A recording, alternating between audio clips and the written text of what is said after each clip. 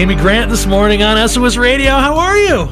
Good morning. I'm fantastic. This is a big week at my house. Yeah, baby's like 25 years old. That's like another child. I know. It's a birthday party. It's it's fantastic. In fact, my daughter, who I was inspired to write Baby because of, she sent me a message and said, everyone is wishing me happy birthday. It's not my birthday.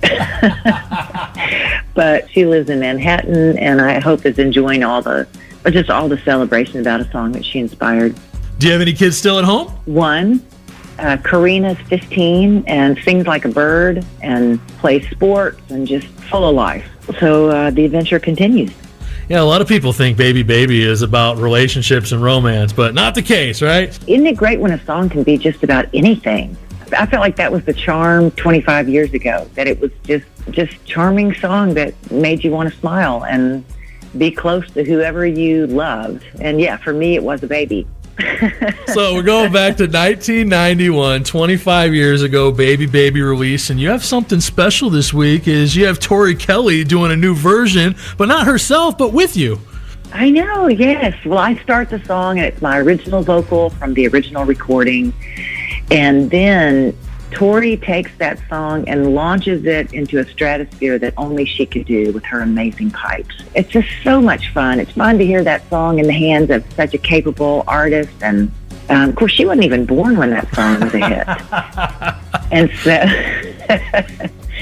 yeah, and that was great, too. I got a chance to be with her for a day, and she came to our house, and then we were in the studio, and then I got to go hear her do a solo show that night at a small club in Nashville. It's just a great experience all the way around. So was she nervous singing that song in front of you? I don't think that child is nervous singing anything. She has just got it. She's got it in spades. Such a gift. It's just what she's loved doing from the time she was 2 years old, her dad told me. Here's a crazy thing. Before I knew who Tori was, my youngest daughter is 15, and when she was 14, she was performing one of Tori's songs with her band at school. She's part of a rock band at school, and she's got those kind of crazy pipes like Tori does. I told my husband, I said, I feel like Johnny Cash, who birthed Stevie Wonder. But the first time I heard a Tori Kelly song, it was because my daughter was singing it. So it's just this whole beautiful cycle of generations. I'm talking to Amy Grant about the 25th anniversary of Baby, and here's that new version with Tori Kelly. SOS Radio, and we'll talk more with Amy next. Baby,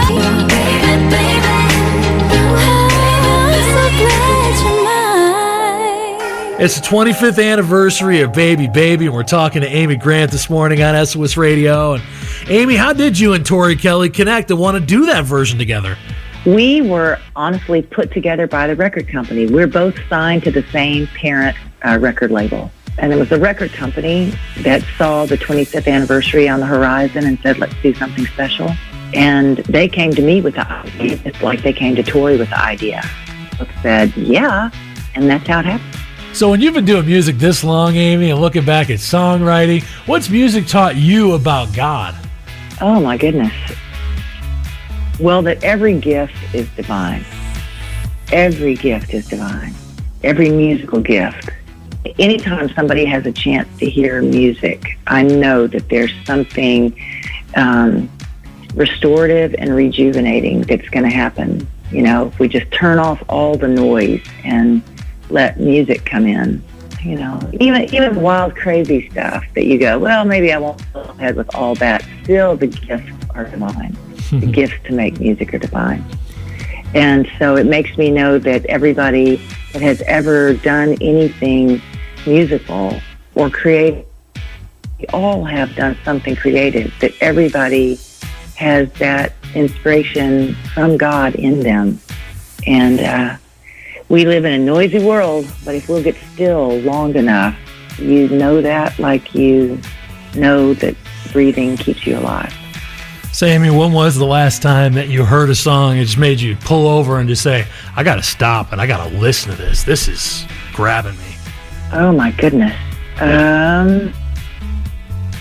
Not to be self-promoting, but I felt that way. I had to hear the song Better Than Hallelujah 5 times in a row before I could do anything else. It was pitched to me by the songwriter who wrote it. What's a song that's done that to you? I think Good Good Father, the first time I heard that, kind of grabbed me. Oh, yeah. Because you think about so many people that don't have good relationships with their dad, and just the dichotomy of how God is that, but we don't always associate it the same way because we think about our own personal perspective versus some kind of eternal perspective. Yeah. There's so much great music. I'm going to hang up the phone and go, why didn't I say that song? But sometimes, I don't know, maybe it's just being 55. Somebody asks me a question and I'll go, I have submitted a request, and when it appears on my desktop, I will let you know. Well, Amy, you've been recording music and writing for a long time. Where do you see fresh new opportunities for Christian music to make a more connective impact in these coming years? We got technology, we got new artists, we got a lot of different songwriting avenues. The way to connect music best is live, always. Always live. And the great thing is if you're a songwriter or a singer or a musician, because of technology, there's a way to get your music out, but the best way to experience music is right there in front of people. Take your guitar to school. I schlep my guitar on airplanes all the time. You know, the love of doing something is the doing of it, even if it doesn't pay the bills, just the doing of it. And people need music, and there are talented people everywhere. And I just think the more we use our gifts in a daily experience, the better the world is going to be. We're talking to singer and songwriter Amy Grant this morning on SOS Radio. It was interesting, Amy. Recently, Bono said he felt like a lot of Christian music isn't really honest. And I think he was talking about the way that he perceives art. But when you hear artists say things like that, does that sort of annoy you, or does it challenge you, or does it just kind of make you scratch your head?